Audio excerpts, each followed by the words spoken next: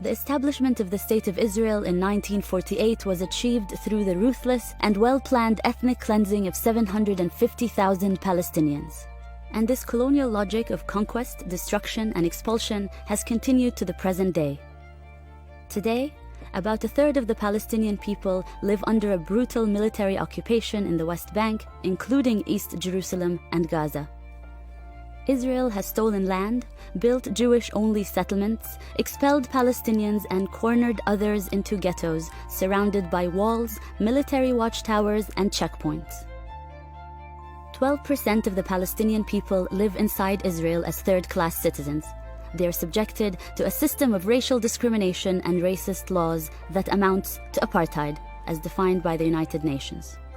Half of the Palestinian people continue to live outside Palestine as refugees, denied their right to return to their homes. In 2014, Israel carried out one of its bloodiest ever massacres of Palestinians in the besieged Gaza Strip. More than 2,000 people were killed, a quarter of them children.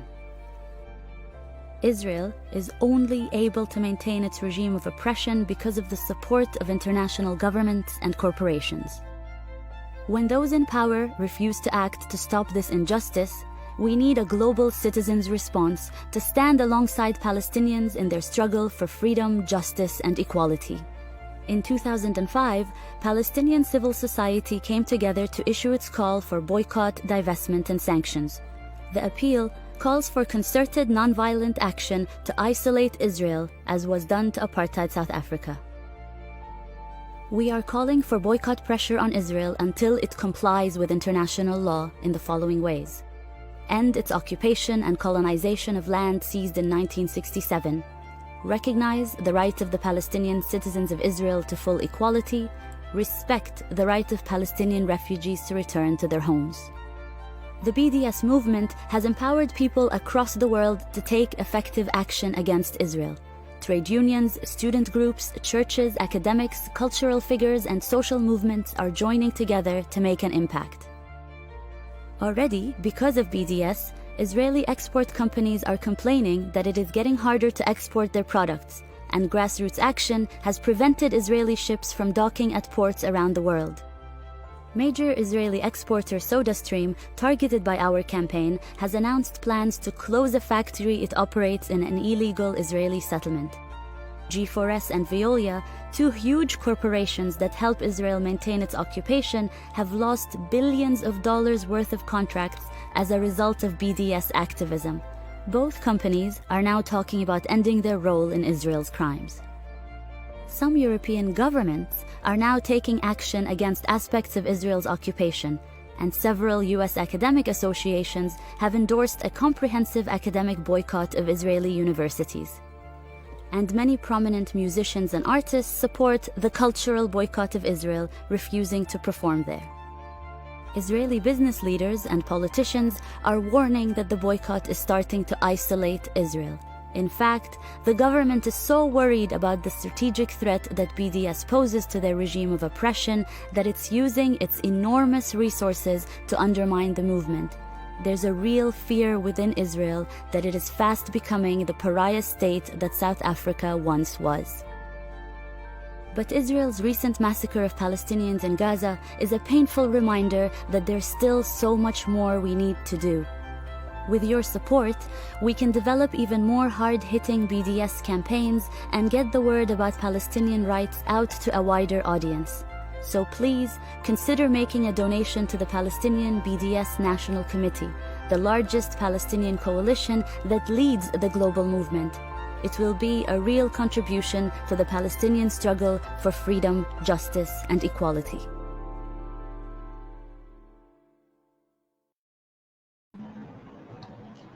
Right. Assalamualaikum warahmatullahi wabarakatuh. And a very good afternoon to everyone. Welcome to another webinar by BDS Malaysia. I'm Khalid, moderator for our webinar today. Recent events in East Jerusalem and Gaza has brought back the world's attention and consigned the unresolved issue of Palestine-Israel and the plight of the millions of Palestinians who continue to suffer under Israeli brutal occupation. It has also revived calls from some quarters for the two-state solution, to be pursued as the basis for a peace settlement between Palestine and Israel.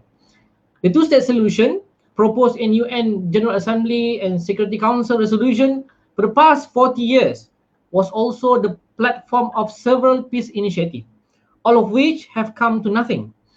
There is now growing disillusionment that the two-state solution can ever again be the basis for just and equitable peace in the region.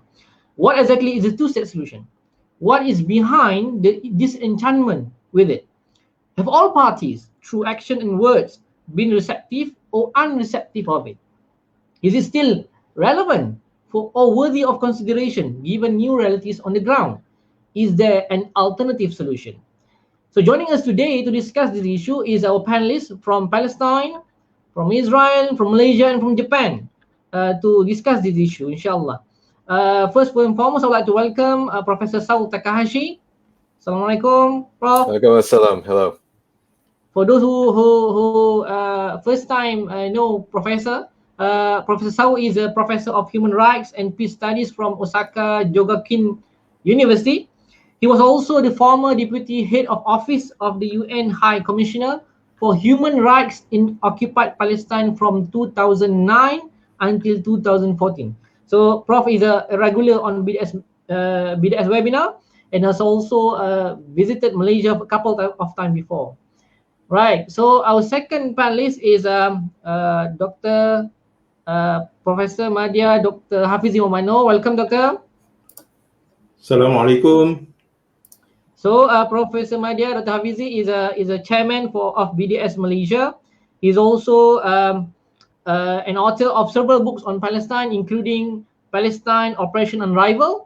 He just published actually a new book called Palestine Kemenangan Yang Dekat oleh terbitan Karangkraft there, published by Karangkraft. So for those who want to... By the way, I am not the chairman of BDS. I'm sorry. Chairman of Humanitarian Care Malaysia, MyCARE. Have I ousted Professor Nazari Ismail? Hopefully not. Our third speaker should be Mr. Muslim Imran, the chairman of the Palestinian Cultural Organization Malaysia, and also a PhD candidate on political science at University of Malaya. He still cannot join us live at the moment. He will join us later, inshallah. And another one, it should be Miko Peled, an Israeli-American peace activist and author of the book The General Sans, Journey of an Israeli in Palestine. Unfortunately, he cannot join us live today because he needs to go and undergo a COVID-19 test. But he actually recorded a video special for us for this event. And inshallah, I will play the video in our program later today. And hopefully we can get some of his opinion about this issue, inshallah. Okay, let's start our programs with our first round of our discussion on the topic of what is actually this two-state solution and what is the opinion by all of our panelists. So it's a general question to all our panelists. What is your opinion on the two-state solution based on your field and on your perspective? Inshallah. Let's start with Professor Saul, inshallah. Right. Okay. Thank you. Thank you very much. And of course, thank you very much for this opportunity. I'm glad that you're asking me my opinion, as obviously I'm not Palestinian, so I don't want to pretend like I speak as a representative of the Palestinian people. I do have thoughts on this, of course. I lived there for 5 years, and I still do research on Palestine, and I still do talk with Palestinians very frequently. But at the end of the day, I'm just an outsider, and I do have thoughts on what solutions might be appropriate and what is necessary, certainly from the perspective of international human rights law, which is my specialty. So that's really where I'm coming from. Everybody's heard, over and over about the two-state solution, and every government in the world seems to talk about the two-state solution. The UN talks about the two-state solution, over and over and over. Two states, a Jewish state and a Palestinian state living side by side in peace and security. You've heard this mantra over and over, repeated over and over. And it's been presented as the only viable option for the situation in Palestine over and over. I mean, because, just every time you talk about Palestine, this is what you hear. But people are finally beginning to realize that the two-state solution is completely dead. And the peace process that was supposed to lead to, the establishment of the Palestinian state and this whole thing, the whole two-state solution, all of the so-called peace process that's been going on since Oslo has resulted and basically has become nothing, little more than a smokescreen for Israel to increase its colonial settlement in the West Bank. Remember, the West Bank, of course, includes East Jerusalem, and the Judification of East Jerusalem was one of the direct triggers for the recent escalation in what was going on. The population of colonial settlers in the West Bank is increased fivefold since '93, since the beginning of Oslo. If you go, you go to, for a long while, the Israeli government had always been saying, they've been pointing to these colonial settlements in the West Bank. And they were saying, oh yeah, of course, we'll evacuate these places if we come to a peace agreement with the Palestinians, if there's a partner for peace. And of course, we're ready to do it. Lately, they don't even say that. But that had been an ongoing sort of narrative on the part of the Israeli government throughout the so-called peace process. Now, if you actually go to these places, and more if you look at like Al Jazeera and more also on the Western media, they're showing what these colonial colonies look like, and then there's no question of these being evacuated. I mean, these are cities. These are not like tent trailer parks. They're cities. They're cities built for permanence. And from the beginning, the Israeli government has always been very, very open that the Judification, Jewish settlement of the West Bank and all the entire land of Palestine is what this is all about. Right now, close to 700,000 Israelis live in these colonies. That includes East Jerusalem. So we're looking at, one in about 11, one in about 12 or so Jewish Israelis. So that's how common this is. And, the Israeli government has poured in money, economic incentives for people to move to these colonies, just like all colonial powers have done. They make it they make it an economic good option for people to move to these colonies. So, they have mortgage tax breaks, they have car loan tax breaks. The houses are much cheaper to begin with, and they're more spacious and they're much nicer. It's just, it's a kind of place that you would want to live in if you're a young couple and, starting your new life. The schools are better than the cities because of the subsidies that the Israelis pour into them. So, there are fewer kids per class. The teachers are better, the whole thing. And so these, you have these colonies dotting all throughout the West Bank. And that includes, near the border with Jordan as well. It's not just near the Green Line.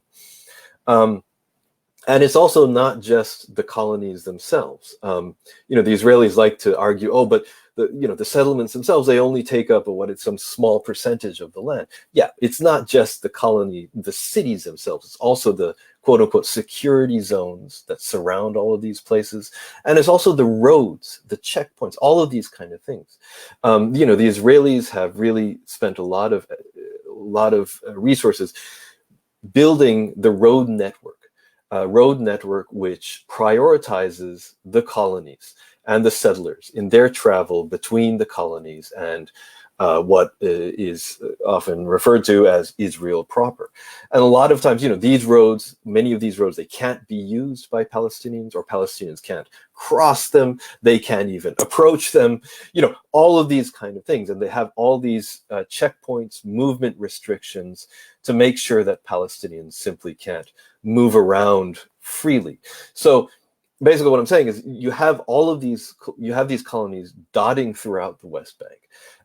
And just it's made it impossible for there to be a viable two-state solution. But what's important to understand is that the two-state, this is my opinion, but these are my views, that the two-state solution, it's not just a failure because of what Israel has done with the colonial settlements and all that. It in practical terms, clearly not going to happen. Because of these colonies, because of 700,000 people living, it's not going to happen. And I think there is broad recognition finally about that. But it's a failure, not just because of that. It's the whole thing is a failed paradigm from the beginning. It's a paradigm that the so-called international community has basically tried to force on the Palestinian people from the beginning of all of this. Really, from the get-go, the international community has utterly failed the Palestinian people, utterly failed to take into account their rights. And that's where the two-state solution comes from. Now, if you look back, 1947, which is when the UN, the relatively newly created United Nations, they adopted the partition resolution. The Brits gave up on Palestine. They did not have the wherewithal or the will to maintain the mandate. So they just said, look, we're not going to deal with this. UN, you sort it out. So they gave it to the UN, and the UN adopted the partition resolution. Now, at that time, Palestinians owned 97% of the land of Palestine. And I can't show you the map right now, but I'm sure many of you you've seen this map. It is almost completely owned by Palestinians. So the Zionist settlers only owned like 3 to 4% of the land. That's how little it was. In terms of population, there was an increase, of course, after the Holocaust and World War II, all that. But we're still looking at less than a third of the population of Palestine being Zionist settlers, being Jewish people. So, that's what the situation was. And the UN, they adopt this resolution saying, well, you guys can't get along. So why don't you just split the country in two? Why don't you just give these settlers coming from Europe half of your country? And then it'll be fine. Yeah, it'll work out fine. So, from the get-go, this idea that we're going to just split the country into half and half, and they'll just because they can't get along in the same country, they'll just sort of live separately. From the beginning, this has been a so-called solution that has completely ignored the legitimate Palestinian rights over their country, right? So that's it's really important to remember that the two-state solution from the beginning is a paradigm which ignores Palestinian rights, and it ignores elementary considerations of justice. Now, some people say, yeah, but the Palestinians, they've accepted it. They've accepted the two-state solution paradigm. It's true that the Palestinian Authority, now the government of the state of Palestine, the PA, they have accepted the current two-state framework, which is not even the partition resolution. It is, basically how the map looked like in 48 after the war. So basically, they've accepted this. They've said, we're going to build a country on only 22% of what was originally ours. We'll live with it.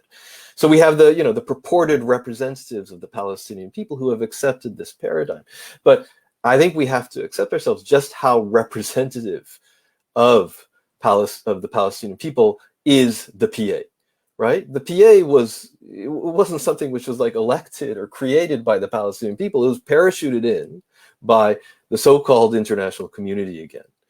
And in many ways, it has been doing Israel's dirty work for it, right? So through the security coordination with the Israelis, it's the PA now that arrests Palestinians, oftentimes torturing Palestinians, alleged to have been planning terrorist attacks on Israel, right? So, this is really one of the key reasons that the PA has lost legitimacy in the eyes of pretty much all Palestinians that I've ever spoken with, right? So it's important to, when we say that the Palestinians have accepted the two-state paradigm, we have to remember, who exactly accepted this, and who is, who are they really listening to, right? So I think I was going to talk a little bit about the one-state solution, the quote-unquote one-state solution, and where I see that going. But do you want me to stop once here, or do you want me to go on? Maybe we postpone that. You hold that Yes, point, sure. Until we come to the second round, inshallah.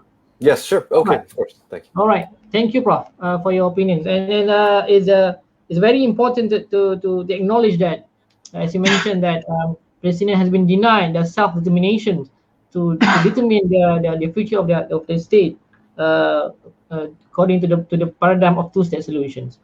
All right. So next, I would like to invite Professor Dr. Hafidzi to present his opinion about the two-state solution. Welcome, Prof. Bismillahirrahmanirrahim. Assalamualaikum warahmatullahi wabarakatuh. Thank you, Brother Khalid, and fellow panelists in this forum, Prof. Saul, and also Brother Imran, Muslim Imran. Okay, the two-state solution. This is the issue that we are discussing in this evening. So to start with, where did this idea of a two-state solution came from? I would like to pose this question by looking back into history, well before the formation of the so-called the illegitimate state or the rogue state of Israel.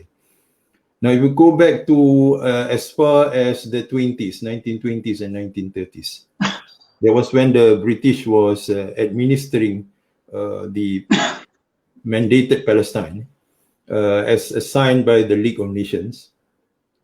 So, of course, due to the promise by the British through the Balfour Declaration, the Jews are coming in droves after the formation of the mandated Palestine. And this led to clashes with the local Palestinian people, and eventually it led to some form of armed resistance by Sheikh Izzuddin Qassam, and also political movements to safeguard the rights of the Palestinian people. And there has been some initiative of boycott as well, Arab boycott, so the British have to face this as well. And as a result, the burgeoning Jewish population coming from Europe, so they come up with the Peel Commission. This is after they dealt with the armed resistance. Sheikh Izzuddin Qassam was killed in action in a gunfight, in a fighting at Jenin. That was in 1936. And on that same year, the British came up with a proposal called the Peel Commission. So let's look at the Peel Commission. I think this is the birth or the origin of the so-called two-state solution. They came up with a proposal to allocate the coastal area, which comprised of about 30 to 40% of the original Palestine, to the Jewish immigrant. And most of these Jewish immigrants, they were settling in the hinterlands. These are not fertile lands, the hinterlands. And they want to transfer these Jewish people, these immigrants, from the hinterlands to the coastal areas. And there's about 1,250 Jewish individuals that has been assigned for population swap. And there were about 225,000 Palestinians that were living in coastal areas, in Haifa, in Aqsa, in Tel Aviv, in Jaffa. So these people would be sent to the hinterlands. And the 1,250 Jewish migrants will replace them. While the 225,000 local Palestinians will be uprooted. So I think this is the origin of the so-called two-state solution, whereby about 30 to 40% of the coastal areas were assigned to the Jewish immigrant, and the rest remain under the Arab local Palestinian population, like Professor Saul just mentioned just now. The Jewish, they own no more than perhaps 2 or 3% of land in Palestine, and yet the British assigned them almost half or 30 to 40% of the coastal areas, the fertile coastal areas. But of course, no one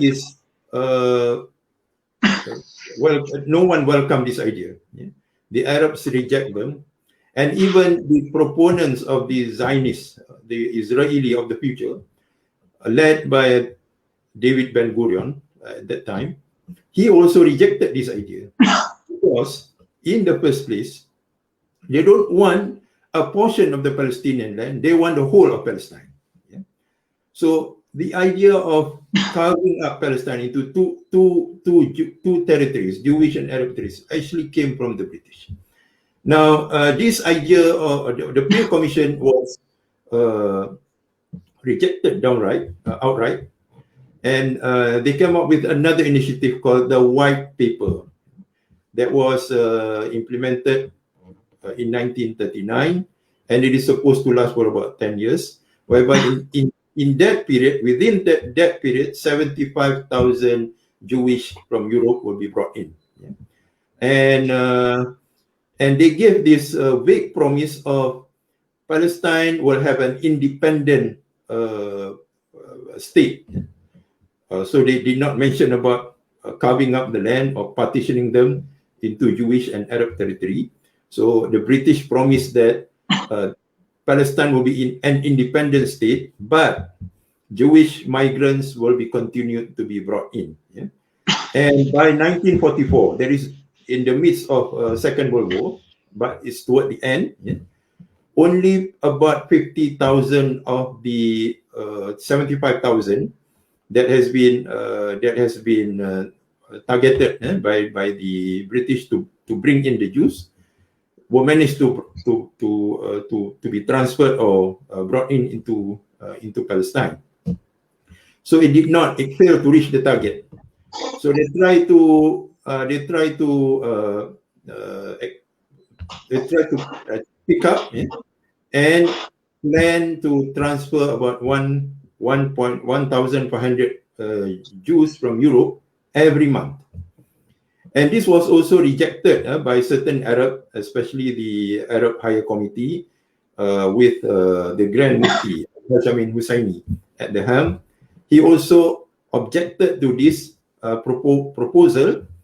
Even the Jews were also rejecting this idea because, like I have maintained just now, they want the whole of Palestine, not just any portion.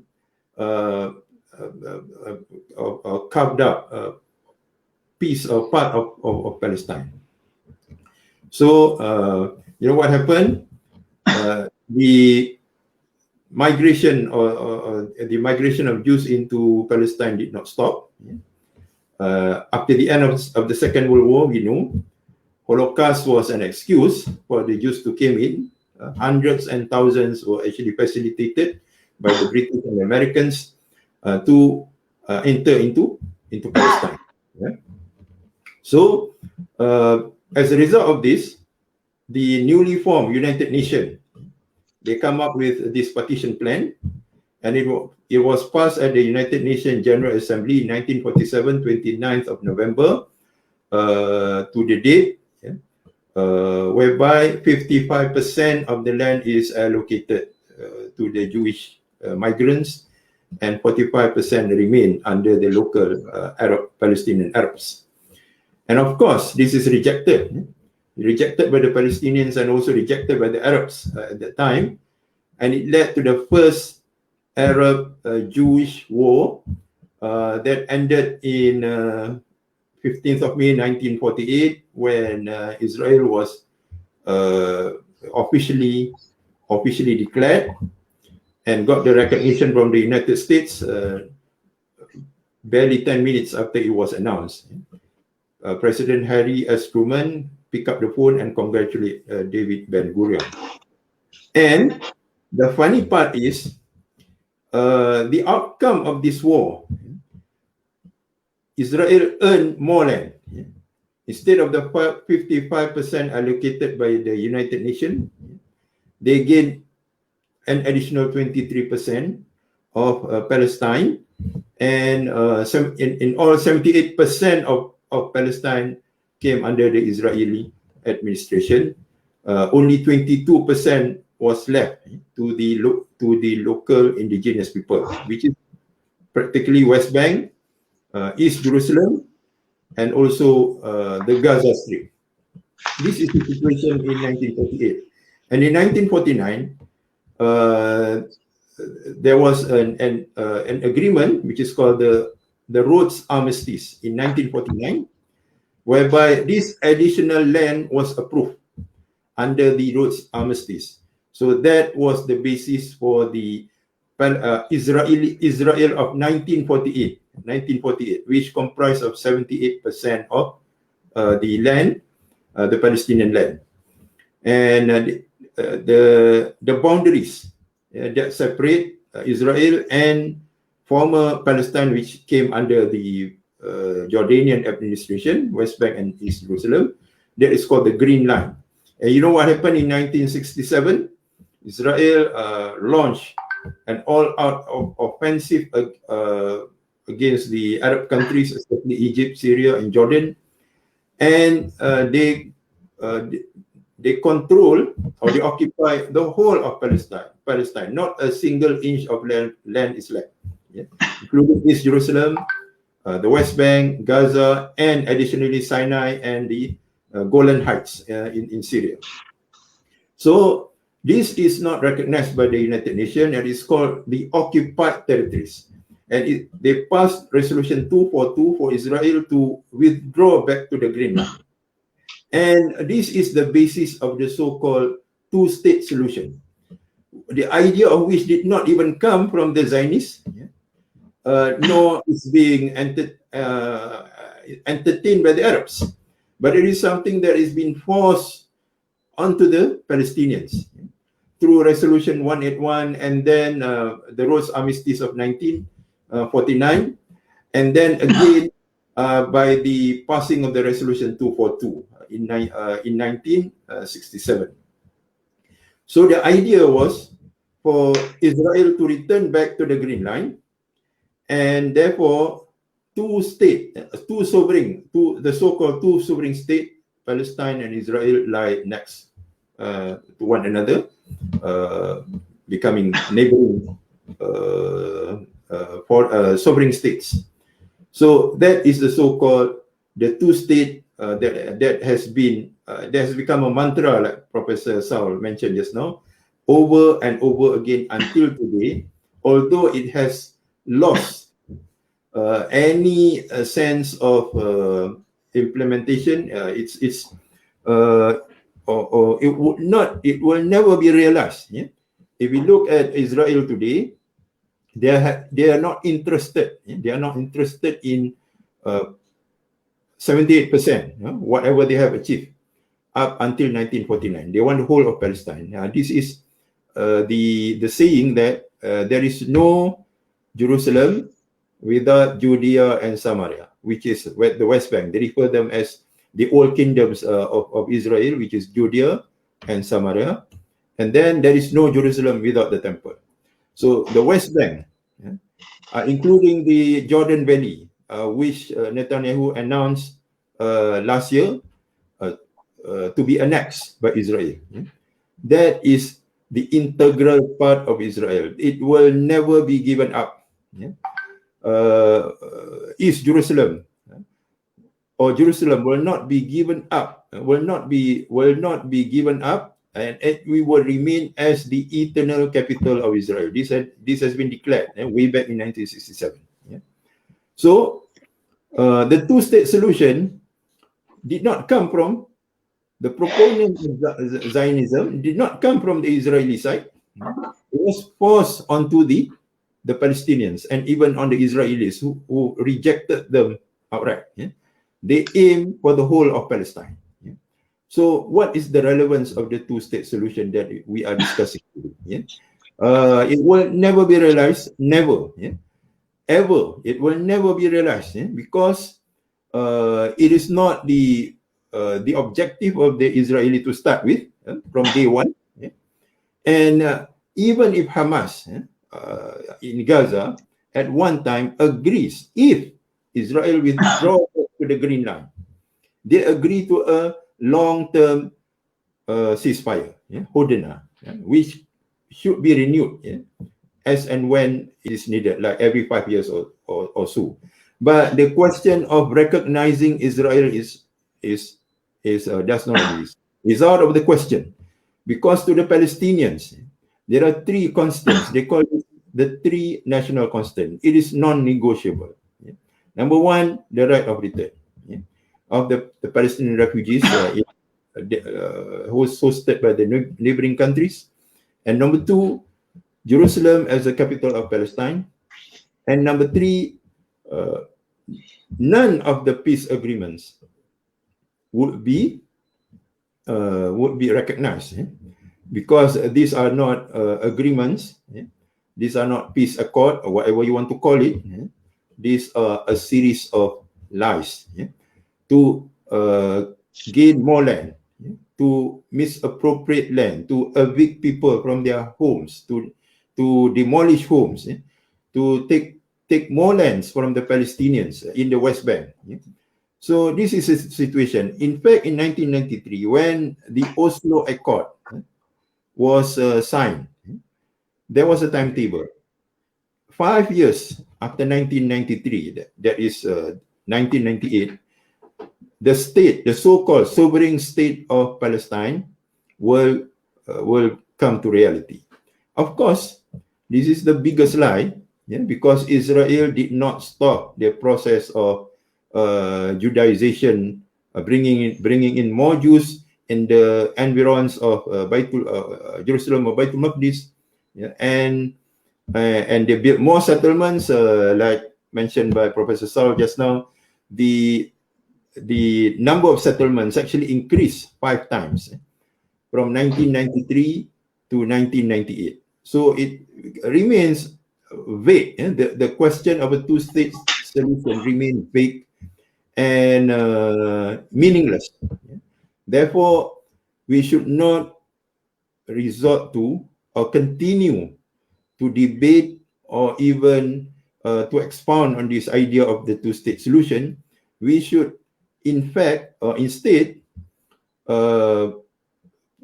focus on the status of Israel as an apartheid state, which discriminates its own Arab population, which continue to defy United Nations Resolution 1943 in parentheses, whereby the refugees were actually being given the permission to return to their homes in the soonest during that time in 1949. But they remained there for 73 years. Now they are in the 3rd generation. The first generation has already passed on. So they remain as refugees for seven decades. So this, as far as this is not complied to, the right of return and Jerusalem as the capital of Palestine, and the question of recognizing Israel does not arise at all. Israel should not be recognized for whatever reason, because they came in and they stole the Palestinians from their own country. So that is my view on how we should look at the two-state solution. It is pointless to bring it up again, and it will never become a reality, and we should move on and deal with Israel as an apartheid state and forget about two-state solution. It is dead and buried as I see it. Wallahu alam. Thank you, Brother Khalid Jimat. Back to you. Thank you very much, Dr. Hafidzi, for a lengthy explanation about the background of two-state solution, how it comes from British occupation back in 1930s, and whereby they failed to settle the problem, and then now they passed to United Nations, and now we are struggling with the aftermath of their planning to partition the land. All right, let's now hear from the Palestinian itself. about these issues, about two-state solution. Let's hear from Brother Muslim on his opinion as a Palestinian about this so-called solution. Okay, thank you very much, my dear brother Khalid, Prof. Saul, Prof. Hafidzi, and our dear friends watching this discussion. I think one of the most challenging things is to come up with an acceptable solution that everyone will agree on. That's in all conflicts and in all problems. There will always be a disagreement. There will always be complaints. Even in a court of justice, when the judge makes his or her ruling, there will always be dissatisfied quarters. But the more important concern is, has justice been served? I mean, if you bring a criminal, a thief, to a court, and the person who got robbed, and the judge makes any ruling, of course, if it punishes the thief will be unhappy. That's a natural human response. So when talking about a solution, a lasting solution, one important thing that we're missing is justice. Yes, it has to be a workable solution, a solution that will last. I mean, lasting solution. It should be a lasting solution, but it should not ignore the root cause of the problem. It should address the problem. What I feel from discussions about two-state solution, mainly in the West, is that they keep on repeating it like a ritual, like a mantra, because it feels good. I mean, of course, even in our academic inquiries, and our good guests here are academicians, it always feels good to have a theory or an explanation for something, even if that explanation is wrong. But it feels good to have an answer. We're humans, we want answers. We don't want to always be faced by puzzles and questions. So those who have come up with the two-state solution as early as 1947, I think felt very proud. Probably they congratulated themselves at the end of the session, and they felt that, okay, we've solved the problem. But they ignored the reality. They ignored the situation on the ground. They ignored that justice was not served.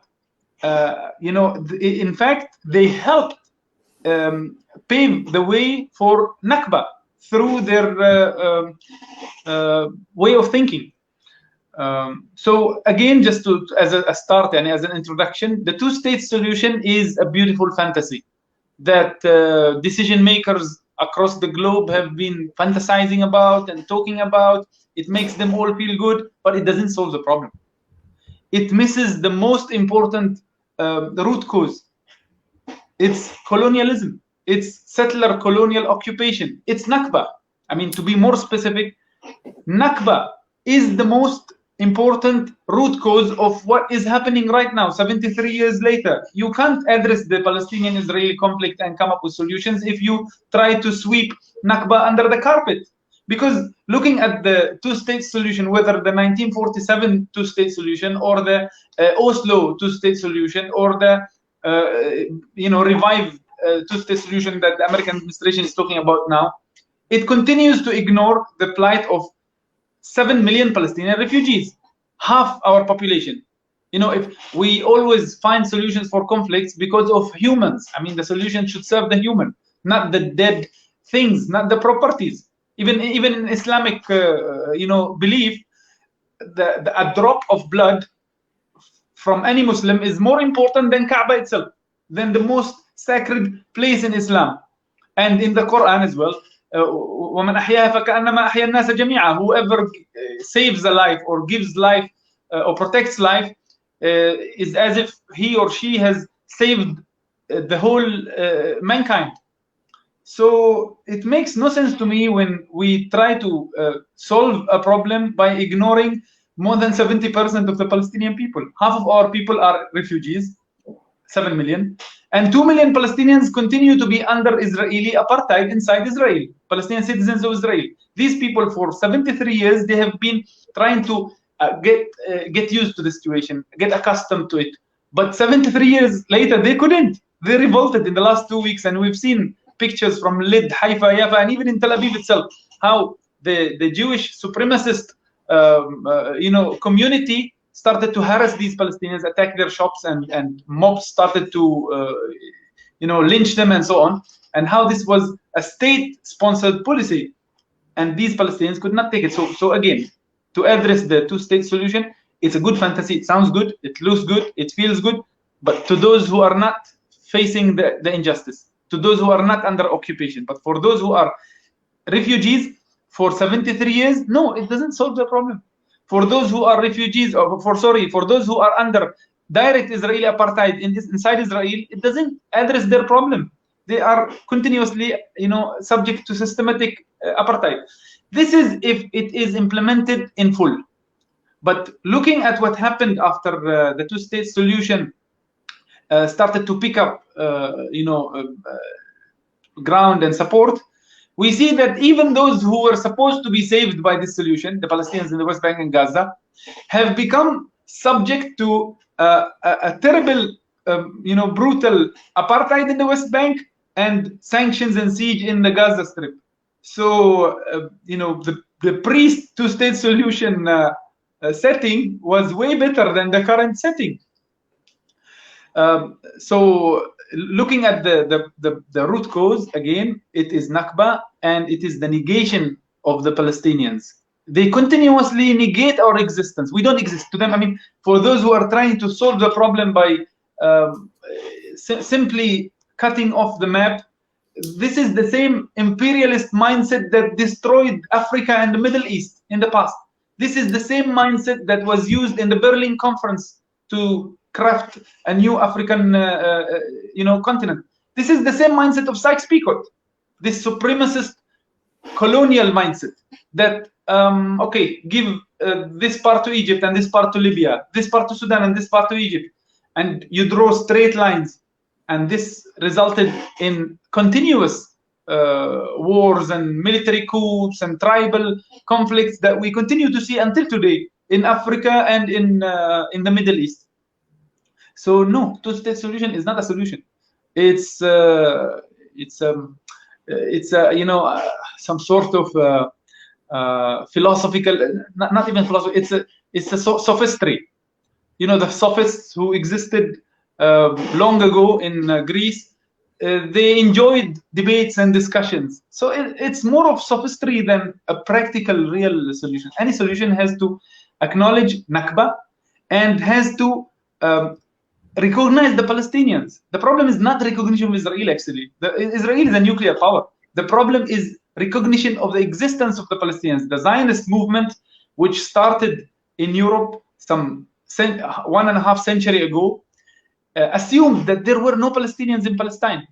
They, repeated continuously the claim that Palestine is a land with no people for a people with no land. And they bought this lie. I mean, they created the lie. They bought the lie. They continue to repeat it until today. But when they come to Palestine, they found people. We were there, and they could not get rid of us like our Red Indian brothers and sisters, or our Aborigine brothers and sisters in Australia. The Palestinians survived, thankfully. We thank God for that. They killed some of us, they forced some of us out, but half of our population remained under their occupation. So when any Israeli historian tries to look at the situation, it really poses very challenging questions to him or her. That Zionism was based on a lie, a very big myth, and it failed. To cut it short, I don't want to delve into historical background, but let's highlight how the current two-state solution came about. Just now, my fellow panelists highlighted how we reached this stage, but let me just look into recent history. The Palestinians accepted, or the Palestinian Liberation Organization leadership accepted the two-state solution because of realistic calculations. The Soviet Union collapsed, so the Palestinian revolutionary current had to find a way out. The Palestinians were forced out of Lebanon, a neighboring country. The leadership of the PLO found itself locked up in small offices in Tunis, very far from Palestine. The Soviet Union, which supported the Palestinian struggle, disappeared. The Arabs got busy fighting each other in the invasion of Kuwait and later in the Gulf War.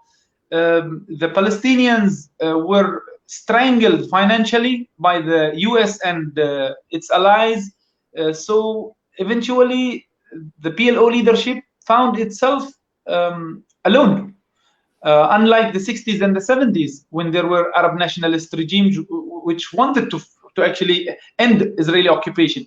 In the early 90s, Yasser Arafat found himself alone, literally alone, not only because of the regional and international setup, but also because of the Palestinian setup. Israel conducted targeted assassination, killed Abu Iyad, Abu Jihad, very senior Palestinian resistance leaders. And Arafat literally found himself alone. They started to do some realistic calculations, and they found out that let's establish a state in the West Bank and Gaza according to international law, which has not been very fair to us, and we build on that. So I don't buy that Arafat or the mainstream Fatah movement has accepted the two-state solution because they want to end up with the West Bank and Gaza only. I mean, look at the logo of Fatah and the PLO. The historical map of Palestine is still there. They changed their charter, at least the PLO charter, but in reality, you ask any Fatah member, they don't really want to end up with a small toothless state in the West Bank and Gaza. They want to eventually get back the rest of Palestine, but their political leadership decided, because of realistic calculations, to accept what was given. But what has happened after that is that Israel took advantage of the Palestinian weakness and expanded its colonial colonial occupation.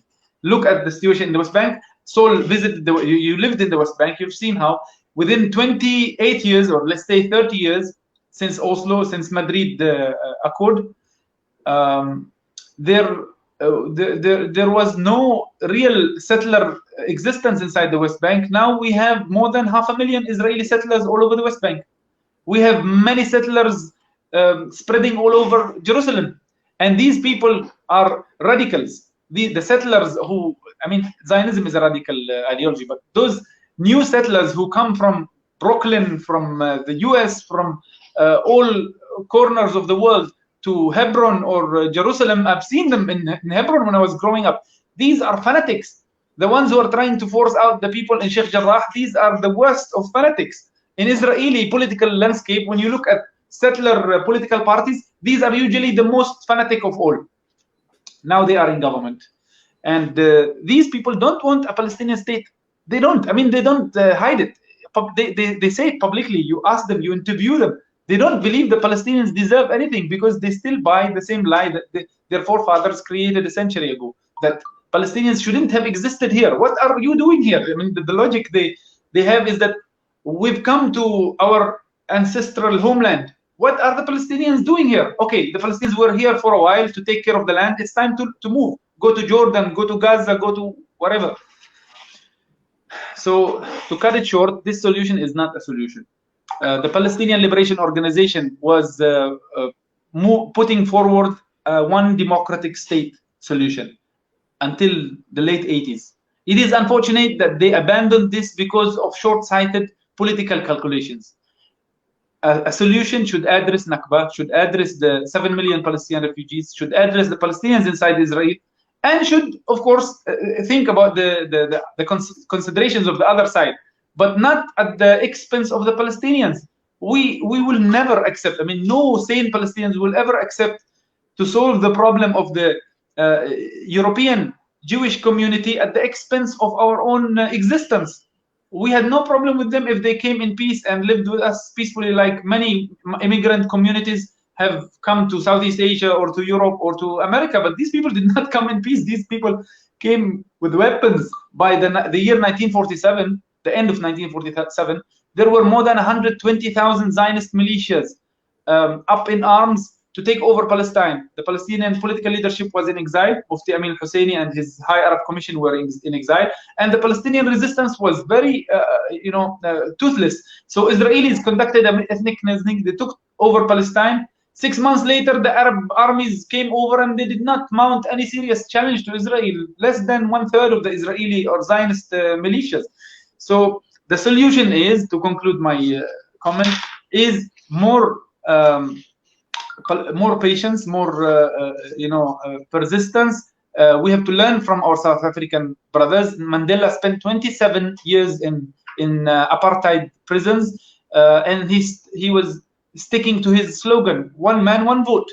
He did not compromise on this very basic right, the right of equality. The PLO failed to stick to our plight and principles, and that's why it was abandoned by many.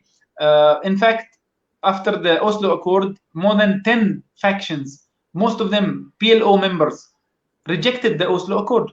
Popular Front, Democratic Front, you name it. Many of socialist factions, Hamas and Islamic Jihad, who were growing by that time, also rejected the Oslo Accord.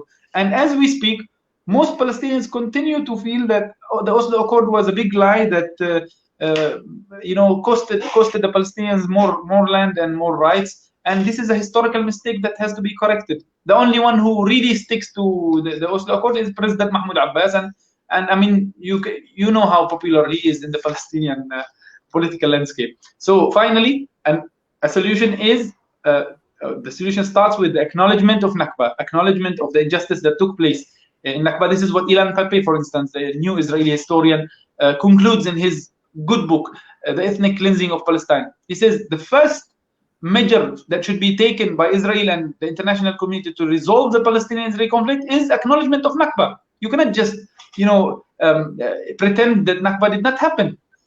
The second thing is abandonment of Zionism. Zionism is a defunct extremist ideology. This supremacist violent ideology was a natural response to European fascist ideologies of the late 19th century. The fascist Nazist ideologies of Europe, which persecuted the Jews, and that was a fact, resulted in an ultra-nationalist response, Zionism, which continued to evolve and was at first started by secular left-wing Zionist leaders, but later got I won't say hijacked, it got more transformed into an extremist right-wing nationalist and religious ideology based on the ideology of Jabotinsky and the current subscribers to this ideology, Netanyahu and his gang. This ideology cannot. I mean, this is the 21st century. Seriously, it's a shock that people subscribe to this supremacist extremist ideology, which negates the existence of others. So the Zionist society, the Israeli society, has to abandon Zionism as a start, just like the South African apartheid society abandons apartheid. Finally, okay, I said finally many times, but this is really final. Finally, we want an independent Palestinian state, but not an artificial, unviable small cantonment similar to what the apartheid regime created in the past, the Bantustans. We don't want Bantustans in Ramallah, in Hebron, and another in Gaza. We want a real Palestinian state, a viable Palestinian state. And to me, in my own perspective, it has to be the whole of Palestine. We don't have a problem with the individual Jewish, citizens or the Jewish faith in the first place. We don't have a problem with them. They lived in Palestine for centuries. We were very hospitable to them. There is a Jewish Palestinian community until today in Nablus. Palestinian Muslims, Christians, and Jews coexisted. Even Baha'is coexisted with us in Palestine. But a Zionist violent ideology that took over Palestine is a cancer. It's a problem. It has to be abandoned. Nakba has to be addressed. Then there is a way out. That's why I think it's a waste of time when OIC member states or the international community talks about giving life back to the two-state solution. I mean, it's a zombie now. It's dead. What kind of life are you giving it back? Thank you. Thank you very much, Muslim, for, I think you not only mentioned about whether the two-state solution is relevant or not, but also you shared about the possible solution to the conflict that we discussed now. So next we're going to play a video, a recorded video by Miko Peled, who cannot join us live today because he has to undertake a COVID-19 test. For those who don't know or haven't heard about Miko, Miko is an Israeli-American peace activist and the author of the book of the General's Son, Journey of an Israeli in Palestine. He was born in Jerusalem into a staunchly Zionist family, but his father, General Peled, although a nationally prominent war hero, is a strong advocate for Israel's complete withdrawal from the Palestinian occupied territories 1967. So Miko actually continue the legacy of his father to fight for peace in Palestine. So I'm gonna play a pre-recorded video from him, inshallah, about his views on two-state solution.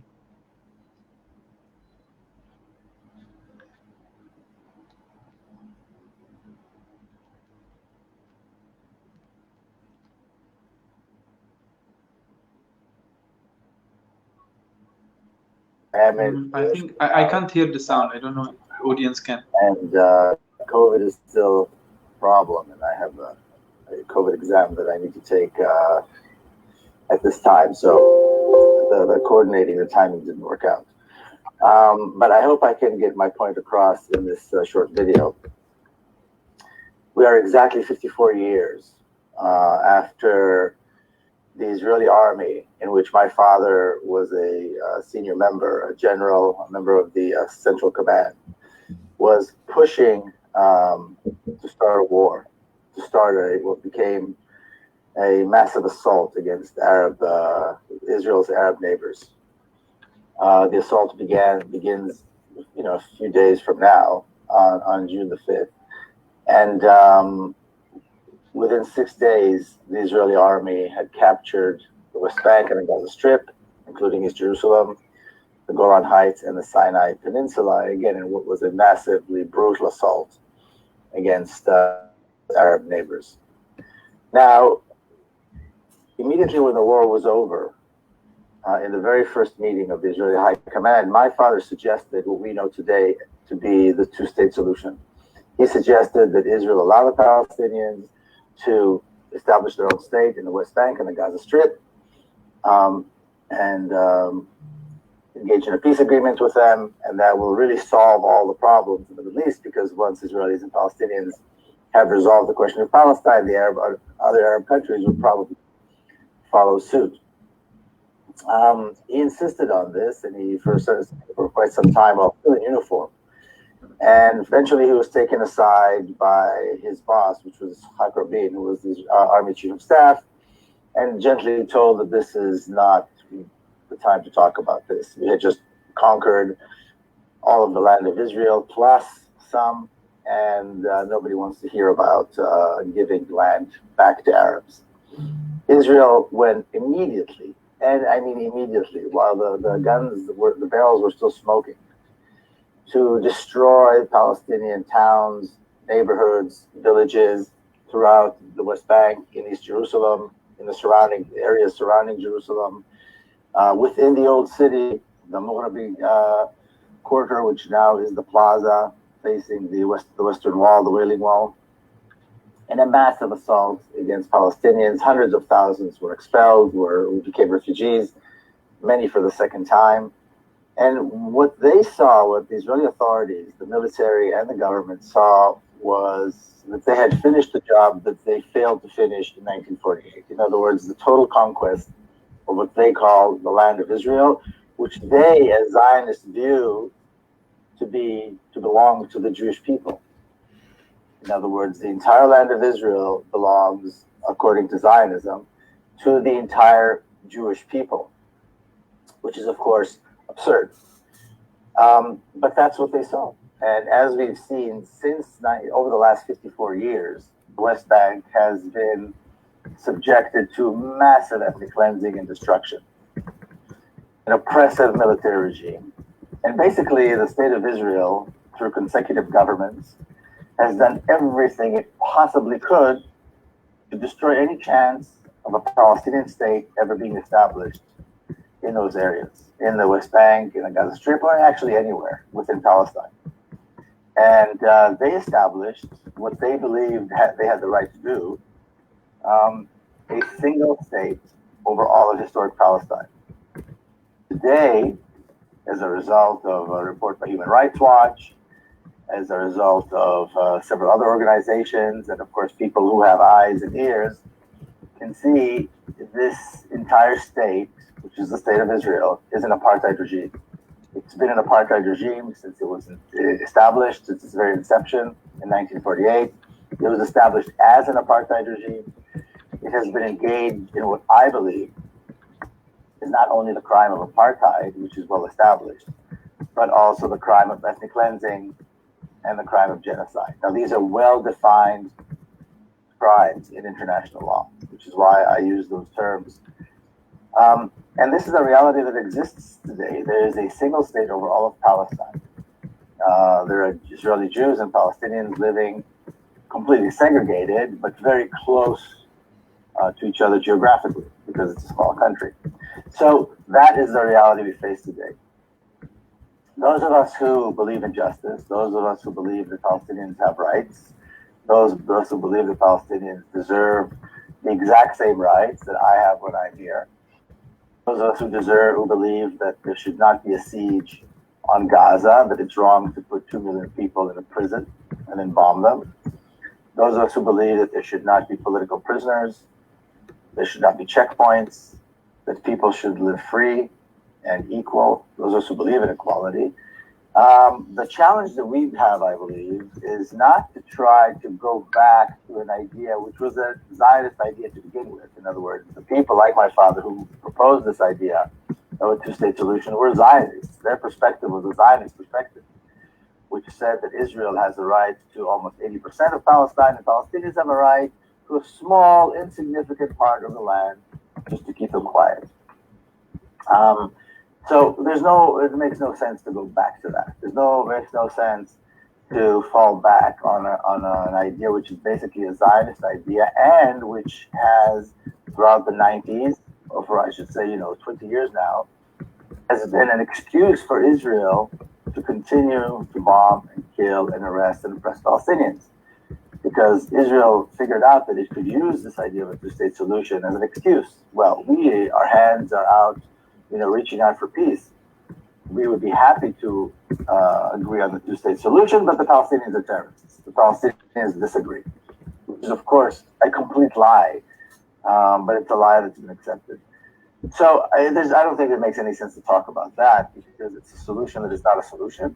It's based on, like I said, a Zionist paradigm, a Zionist construct that needs to be completely, I believe, swept off the table for good. The only solution, I believe, that is realistic, that has a chance of solving and resolving the major issues that plague Palestine, is a single democracy with complete equal rights from the Jordan River to the Mediterranean. In other words, on all of historic Palestine. This is where we need to be going.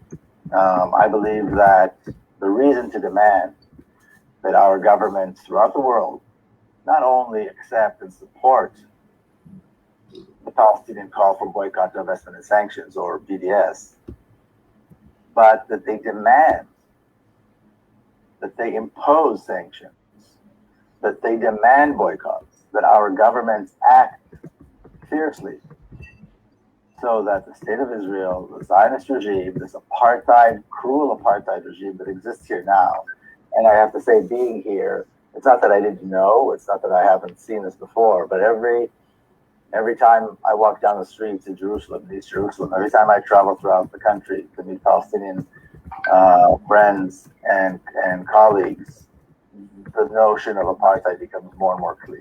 It's a reminder of how severe and how horrible this apartheid regime really is. So that needs to be, that's what needs to go. There has to be a total isolation, a total boycott, sanctions, divestment from the state of Israel until the Zionist regime collapses. Just like the apartheid regime collapsed in South Africa. It wasn't because white South Africans decided one day that it was wrong of them to engage in apartheid. It was because they were brought to their knees.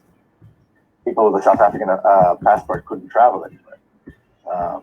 Sports teams did not participate in sporting events. You know, even sporting organizations were not allowed to invite South Africans because they would be penalized for doing that. Not to mention artists, musicians, academics, and so on, and politicians and diplomats. This has to be made very, very clear. Now, it's the vision of a single democracy with equal rights, where the right of return becomes a reality, is the way forward, I believe. That's what we should be focusing on. That's what we should be working on. There is no difference between the West Bank, for example, which really no longer exists. And if we talk about the West Bank for a moment, it's just somebody took a piece of paper and a map and a pencil and drew it, because that's what Israel wanted back in 1948. Those are the boundaries that Israel chose. The same goes for the Gaza Strip. Somebody took a pen or a pencil and drew it and said, okay, this is going to be a place where we push in hundreds of thousands of Palestinian refugees that were just kicked out of the southern part of Lebanon, the southern part of Palestine. So these were areas that were, created by Israel anyway. And today, really, there is no West Bank. There's a region in which there are these ghettos of large Palestinian population, enclosed by checkpoints, enclosed by Israeli settlements. And sometimes, as I'm sure many of you know, the settlements where the water is flowing and the electricity is always running and the roads are paved and everybody can travel and has complete democratic rights, are across the street from Palestinian towns and villages where there is no access to water, no access to electricity, or limited access to water and electricity. The roads are not paved, and of course people have no rights across the street, quite literally. So that is the reality that we need to combat, and we need to revert. We need to change that. We need to create a real democracy with equal rights. Now, if we do our job, if we work hard, if we are able to, or when we are able to do this, to bring the Zionist regime to its knees, to demand that all political prisoners be released, to demand that all the political parties, Palestinian political parties, are allowed to participate, and there are real elections, one person, one vote, throughout all of historic Palestine, with real representation, then we can eventually have a legislature that represents all the people, and a government that represents all the people. And then we can start solving all the big problems. The state of Israel, as long as the state of Israel exists, there will never be an end to the siege in Gaza. Political prisoners will never be released. The ghettos in what used to be the West Bank will never stop. Palestinians in all areas of Palestine, whatever status they may have under Israeli law, will always be oppressed and denied the basic most rights of things like water and electricity and education and healthcare, not to mention political rights, not to mention the oppression, not to mention being tortured by the Israeli secret police. If we want to prevent, or if we want to stop all that, then we have to completely reverse or change the reality here, which means bringing down the Zionist regime. Now, once that is done, and once this legislature and this government exists, then there will have to be a constitution written. Then there will have to be they will have to figure out a way to allow a mechanism that will allow the refugees to return and be paid reparations, and for places like Gaza to be rebuilt. And so all of this can only be done. All of this can only be done the day after Zionism falls, the day after Palestine is free, liberated, and democratic. And so I strongly believe that, again, the entire conversation of a two-state solution should be put behind us, and we should focus on how we move forward, how we make sure the state of Israel collapses, that the Zionist regime collapses, and we bring about a real democratic regime, a real democratic and liberated and free Palestine. And regardless what country we live in, we need to make sure trade with Israel should be banned. Not only relations, but trade. And I remember being asked by people in Malaysia, what about our jobs? We work for Israeli companies. Israeli companies have factories and so forth in Malaysia. It's a tough called, but it has to be done. This is the only way. Just to talk about solidarity is not enough. We have to demand action. We have to be part of the resistance. I don't think solidarity is enough. We have to be part of the resistance. And the way we do that is by demanding that our governments, business people, people around us in society in general, understand why they must boycott, why they must divest, why we must oppose sanctions and isolate the state of Israel, and the wonderful future that that this place has or could have if when Palestine is liberated. And I'll just say one last thing, which is that being here for over the last few weeks, it's beyond belief just how severe the situation is, how tense the situation is, how close we are to seeing Al-Aqsa being destroyed, the entire old city of Jerusalem being destroyed, other monuments throughout the entire country, Palestinian society, Palestinian communities being destroyed. The viciousness, the brutality of the state of Israel, of the Zionist regime, and all of its different groups, whether it's in the defense or whether it's just, Palestinians walking down the street or being lynched. These are things that are so severe and are more severe than they've been before. So Israel is marching ahead, very, very determined to destroy Palestine and its people. We must be doubly determined, 10 times more determined, to win that battle and to free Palestine. So once again, thank you very much. Again, I'm sorry I can't be with you in person and answer questions, but hopefully we will be able to actually meet in person before too long. I already have a few engagements that are in person, so I guess conferences are coming back, and I hope to see all of you very, very soon. Thank you so much, and free Palestine.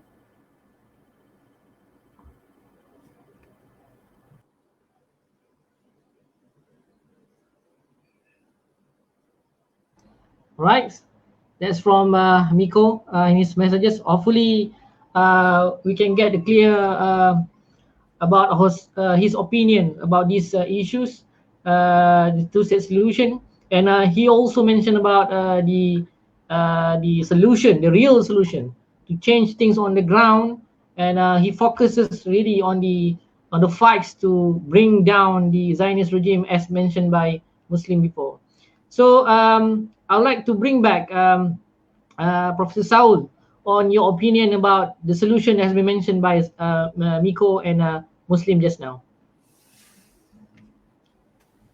Right. Okay. Sorry, I had to unmute myself. Yes. No. Thank you. I mean, I think a lot of what I wanted to say or what I was hoping to say has already been said by Muslim, of course, and by Miko.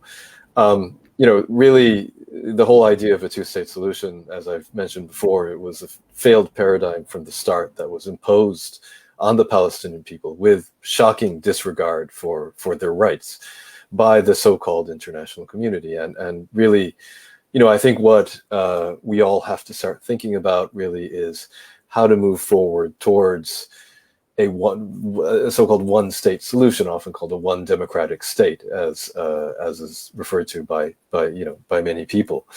And it's I think the really important thing that I want to say, I just have two main things that I want to say as a human rights lawyer and somebody who's worked in who used to work in the UN for a long time. The first thing is that when we're talking about a one-state solution, the absolute vital, it's elementary that the legitimate representatives of the Palestinian people have to be in the driver's seat. They have to be in a leading role in defining the parameters of this and what exactly this is going to look like. And I say that because, finally now all of a sudden, like the dams have broken and all of a sudden we're being flooded with talk of the one-state solution. It's very interesting because when I was in Palestine working for the United Nations, it was still the case that within Israeli society talk of a one-state solution, or more accurately speaking, from their viewpoint, annexing the West Bank. This was still a taboo. I mean, when I was first arrived, it was still a taboo. People didn't want to talk about it. People were afraid of opening these floodgates. because many people knew that they would be faced with the decision. Are we going, okay, we annex the West Bank. What happens then? Are we going to remain a Zionist state, a Jewish supremacist state, and say, oh yeah, we've got millions of Palestinians now, but too bad for them. They don't have any rights. They're not citizens. They're nobodies, and we're gonna make life so miserable for them that they're going to want to leave, which is what we've been doing up till now. Or are we going to, become a truly democratic state where, like the other speakers have been talking about, Palestinians can also vote. They have civil rights, and they have not just, the right to vote. That's what I'm going to get to, but also, there is meaningful protection for their human rights throughout. And, for Zionists and generally for Israelis, this is like an existential dilemma. They've been socialized into believing that, this is their land, nobody else's, and this is a Jewish supremacist state. Life is great for us, and it's just hunky dory. Why do we have to change anything? But they also have this self-image of being a Western democracy, if you believe it. They honestly believe that they're like this human rights respecting, wonderful country. I don't understand the psychology behind this, but it's it's hard to look at yourself in the mirror. So it's they have this dilemma. So they just didn't want to talk about it. But when I was there, I saw it. It was really very interesting. All of a sudden, one day, the floodgates just opened. And you saw, of course, I don't read Hebrew, but you saw certainly in English language Israeli press, just editorial after editorial and commentary after commentary about what should we do? Should we just go ahead and do it and annex the West Bank? Or no, we have to be democratic. There are all these debates. And it was very interesting that all of a sudden just things had changed. I think, there were probably some kind of, hidden intentions behind it, but it was also the whole criticism leveled at them by Goldstone, and there was a little bit more of an effort to sort of think of what we are as a country.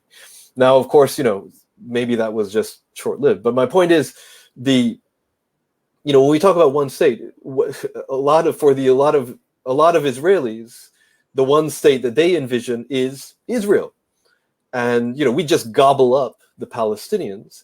And maybe we, give them the right to vote, like the 48 Palestinians do. Hey, that's enough, right? Or maybe we just, we try to population transfer them, or we just do like we've been doing in the West Bank. All these kind of ideas. But what they envision when they're talking about a one state is, I can assure you, completely different from what you and I are talking about and what elementary considerations of justice will require. So it's really important, and this is something which cannot be stressed enough in these kind of policy debates and international policy debates, international fora, the UN, that there have to be legitimate representatives of the Palestinians that are really driving this process, not Abbas, not the PA, but really legitimate representation here, and that's really extremely important. And the other thing I want to say is Muslim was saying this is the importance of justice, and voting is fine. Everybody has to have the right to vote. That's extremely important, but that's not enough. Right? Look at, people, I've seen articles written by sort of starry-eyed, well-meaning activists like in the United States talking about, oh yeah, no, we just make it one state, and then it's like it becomes a civil rights struggle, a struggle for civil rights like the Black people in America. Well, look at where we are now in the United States. I don't know if that's really such a great model, right? They can all vote, but they are in a system where economically, socially, and politically, they are completely disenfranchised and marginalized. And that's one of the lessons that we see actually from South Africa. So the South African, the example in South Africa has been mentioned, I think, by some of the other speakers as well, but it is actually one of the lessons. Because, yeah, the boycott, international boycott movement forced the white regime of South Africa to abandon apartheid. That was good. That was very positive, of course.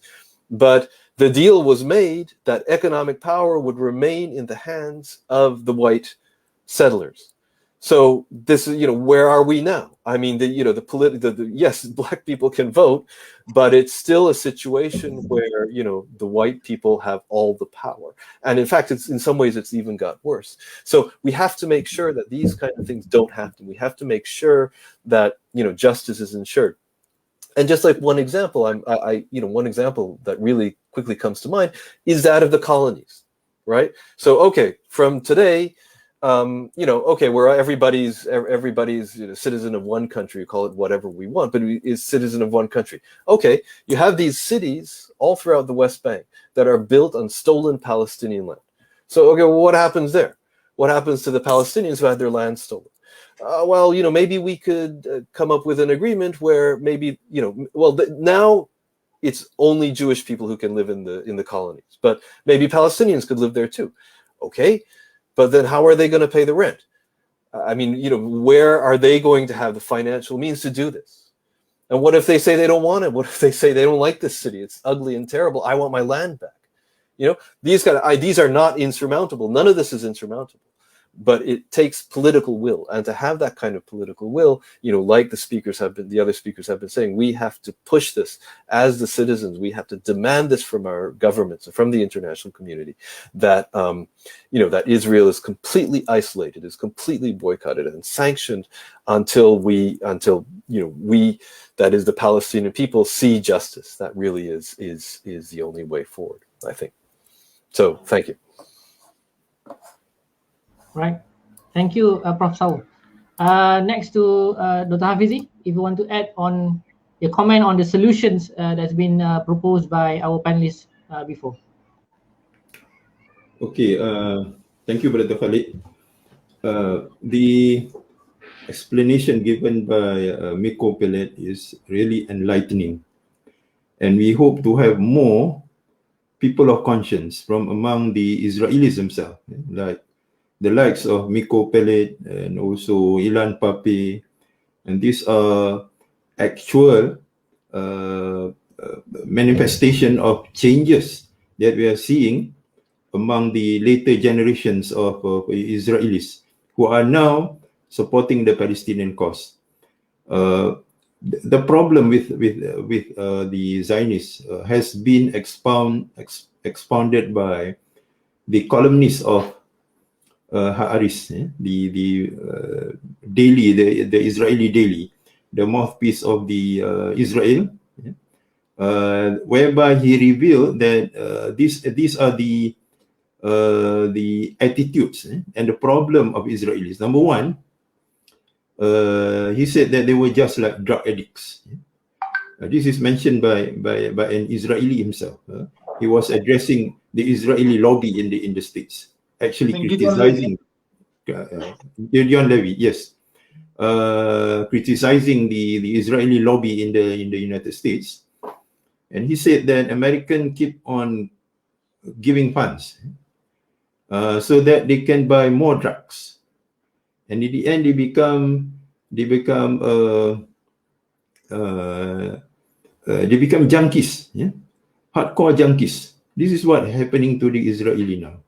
So what the Americans should be doing is to set up a rehabilitation center, stop the funding, and start a rehabilitation program to transform the Israelis so that they came out of their addiction. This is an idea actually came from Gideon Levy. And then number two, he also mentioned that the Israelis, the Zionists, they are the only occupier in the whole history of mankind who consider themselves as a victim.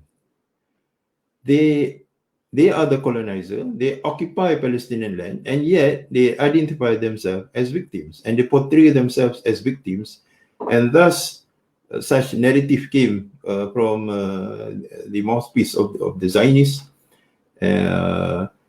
We have the right to self-defense. A colonial power is portraying himself as a victim and the only victim. So this is a second attitude of the Zionists. And number three, they dehumanize others. especially the Palestinians.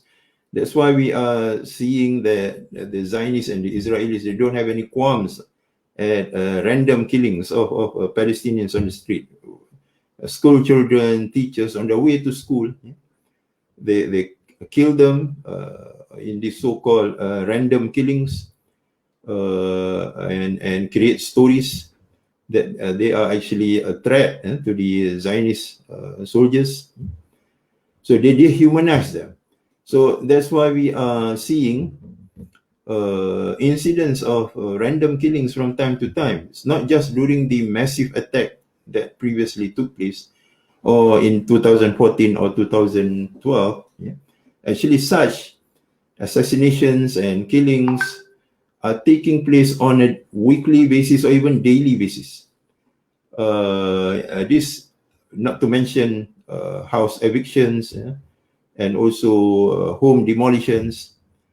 And what has happened in Sheikh Jarrah is only a tip of the iceberg, because even as we speak now, they are trying to demolish another neighborhood in Sirwan. And in fact, 22,000 houses has been served eviction notice around or in the vicinity of the old city of Baitul Maqdis, the East Jerusalem. And they have been building walls to separate Palestinian families, to separate them from the water aquifer, so that they cannot water their farms, and children cannot go to school because of the separation wall. So the problem is we need to have a comprehensive program on how to educate the Zionists in Israel, especially the later ones that came as settlers in more recent times. I'm sure we all have watched the video whereby one settler who actually came from New York, he's an American, and he came to Sheikh Jarrah, and he simply took over one house. And the owner of the house asked him, "Why are you stealing my house?" And he simply said that if I don't steal your house, somebody else will. So this is the mentality, hooliganism that we are seeing that came out from such a people. So they need a comprehensive program on how to transform them, to educate them, which I'm sure, like Miko Peled has said just now, there is no way actually to deal with these people, but to bring them down. We have to bring the Zionists down so that we can start on the journey to resolving the issue, a final status, whereby Palestinians their rights will be restored. They have the right to return, and they will attain full citizenship in a country, whatever you want to name it, based on a democratic, fair democracy. But we must also take into consideration the reminder mentioned by Professor Saul, that even the apartheid system in South Africa, even in the US, whereby the civil rights movement have attained or achieved their objectives, they actually fall short of addressing the issue of injustice. The blacks are still being disenfranchised in terms of the economic pie, in terms of their political empowerment. And so does what happened in South Africa, even though the apartheid system collapsed, but the blacks and the colored people remain as what they were, and even worse in some situation. So there is a danger that we might be able to resolve this issue in the sense that we managed to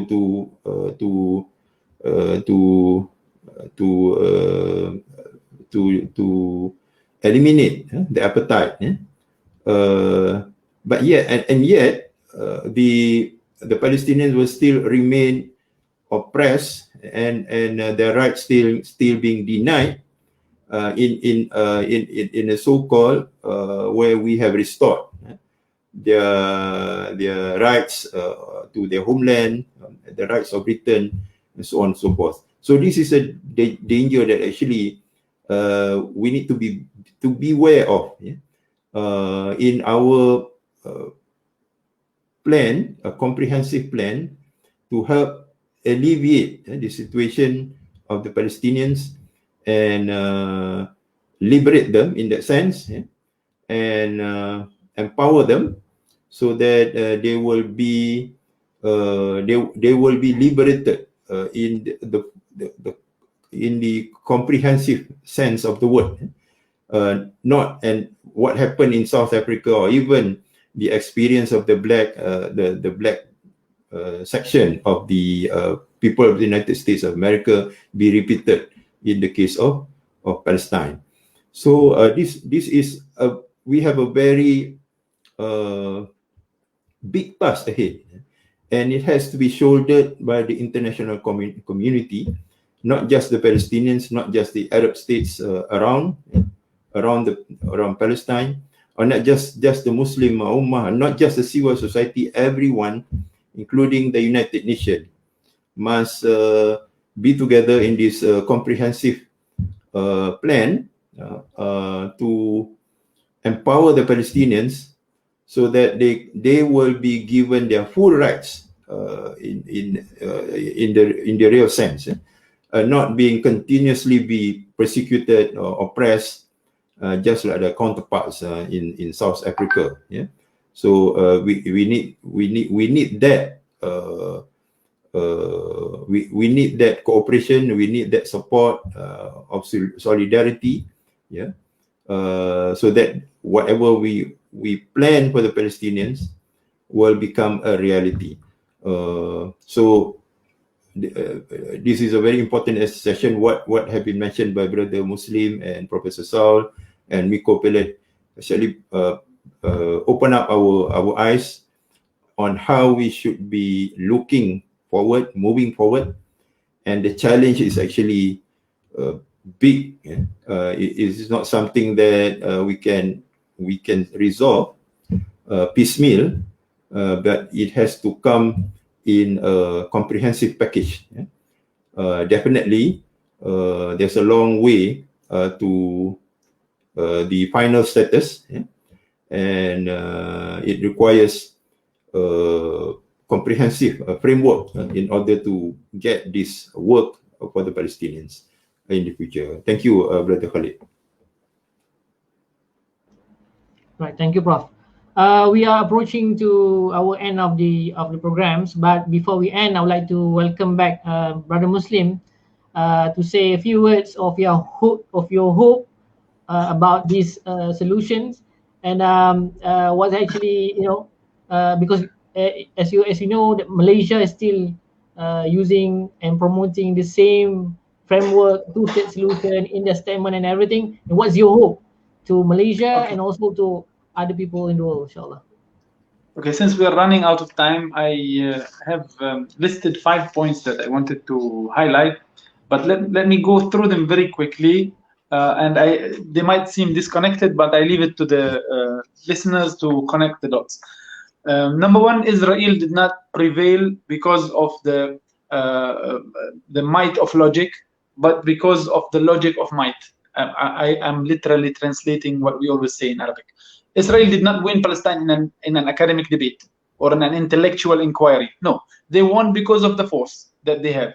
If it's a matter of logic and debates, then maybe Indonesia would now claim parts of Malaysia, Thailand, etc., because the Majapahit Empire or the Srivijaya Empire that existed some few hundred years ago had an existence in a way or another. So Israeli myths and lies and superstitions do not necessarily have to become a reality. This is not our problem. This is their problem. They have to go and verify their myths. Number two, I agree with Saul that South Africa and the US and other examples might not be perfect, and there is still a struggle to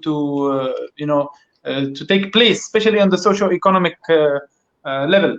But I gave these examples, and I believe many give these examples to show that change is possible. Bosnia is another example. The disintegration of the Soviet Union and disintegration of Yugoslavia and many other cases. And in fact, the unification of United Arab Emirates, or even earlier, the unification of the Malay Sultanates, or the unification of Yemen in the 1990s. These are all examples, modern, contemporary examples, to tell us that a political change is possible. It's not impossible, but in order for this to happen in Palestine, either a change on the international political balance of power has to take place, or a serious, real regional realignment has to take place. So far, neither of them have happened in a scale that would impact a real change. So I believe, my second point, that the disintegration of the state of Israel, the end of occupation, the deconstruction of apartheid, the uprooting of illegal settlements or transformation of these settlements into something else, the return of Palestinian refugees, and justice for all is possible. It's still possible. It just requires one of these two important factors, regional or international. The third point is that the most similar system to Israel today is ISIS. I mean, we have to acknowledge reality. You look at the literature of ISIS, the way that this so-called Islamic State of Iraq and Syria was created, expanded, it's no different from Israel. They don't believe in borders. They believe their border should extend as much as their power extends. They don't have a constitution, etc., etc. They're really similar. And for the Israeli settlers, Tel Aviv is no different from Ramallah. Hebron is no different from Tahtekfa. They believe that they have right over Jerusalem, Hebron, Ramallah, Nablus, as much as they have right over Tel Aviv and probably Golan Heights and South Lebanon and probably Sinai. So they have a twisted logic, and this has to be corrected. It can be corrected only by defeating Zionism. This major defeat could actually cause a real paradigm shift. It might require them to rethink their superstitions and myths. Fourth point, the PA, unfortunately, as Saul has rightly highlighted, has become an instrument of clean colonialism. It was created as a transitional political entity that would eventually transform into a Palestinian state.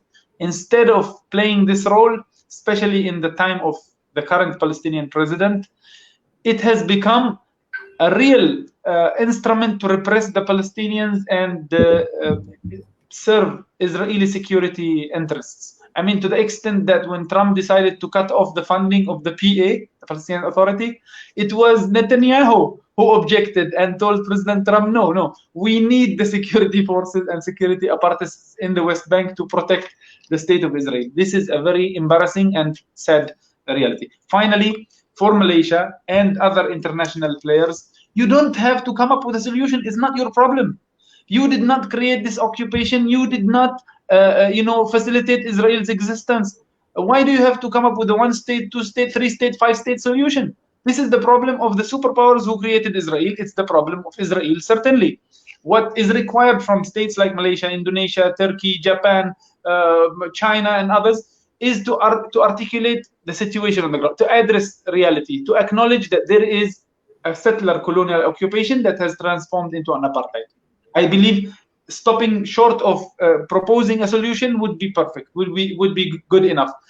If you want to engage in proposing a solution, it has to be a solution that addresses the rights of the conflicting parties, and it has to end occupation and end injustice. But what happens is, to be honest, and I communicate with friends in Wismaputra and in circles close to Wismaputra, it has become more of a ritualistic habit. We have to say something about the two-state solution, because if we don't, and I quote a friend who is very close to Wismaputra, if we don't say anything about the two-state solution and we stop short of mentioning a solution, people will think that we have a major policy change.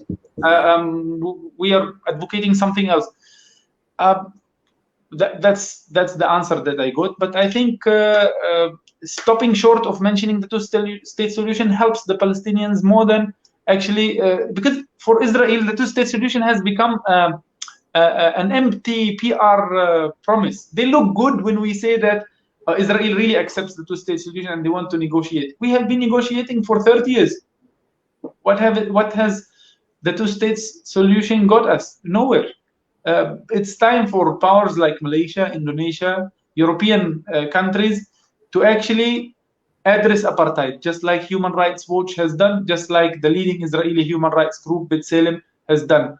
Zionism is the problem in the first place. It has to be, I mean, just like the whole world or some in the world united against Nazism, which was, a supremacist extremist ideology, I think they should unite against Zionism, just like they are united now against ISIS ideology. I don't see differences. I mean, this is an interesting PhD proposal or topic.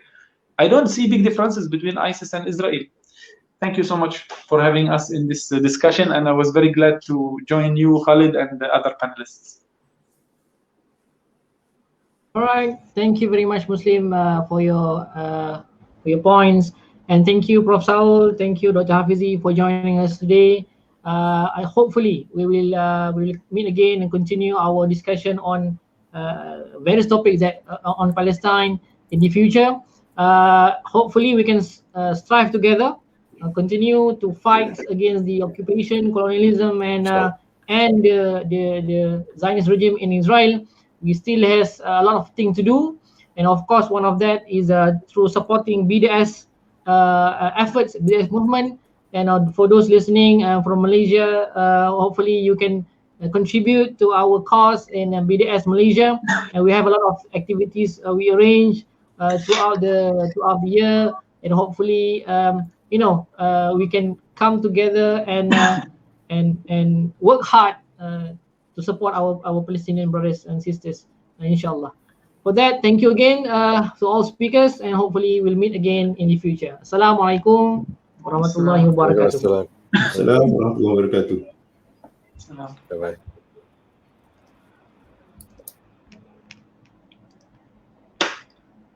Assalamu alaikum.